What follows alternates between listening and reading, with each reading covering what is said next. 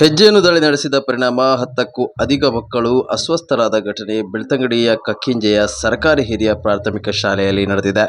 ಮಕ್ಕಳು ಶಾಲೆಯಲ್ಲಿ ಇದ್ದ ವೇಳೆ ಏಕಾಏಕಿ ಹೆಜ್ಜೆಯನ್ನು ದಾಳಿ ನಡೆಸಿದ್ದು, ಈ ವೇಳೆ ಕೆಲವು ಮಕ್ಕಳಿಗೆ ಹೆಜ್ಜೆಯನ್ನು ಕಚ್ಚಿದೆ.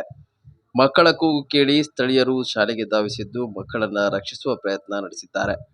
ಹೆಜ್ಜೆಯನ್ನು ಕಚ್ಚಿದ್ದರಿಂದ ಅಸ್ವಸ್ಥಗೊಂಡಿದ್ದ 10 ಮಕ್ಕಳನ್ನು ಆಸ್ಪತ್ರೆಗೆ ದಾಖಲಿಸಿದ್ದಾರೆ.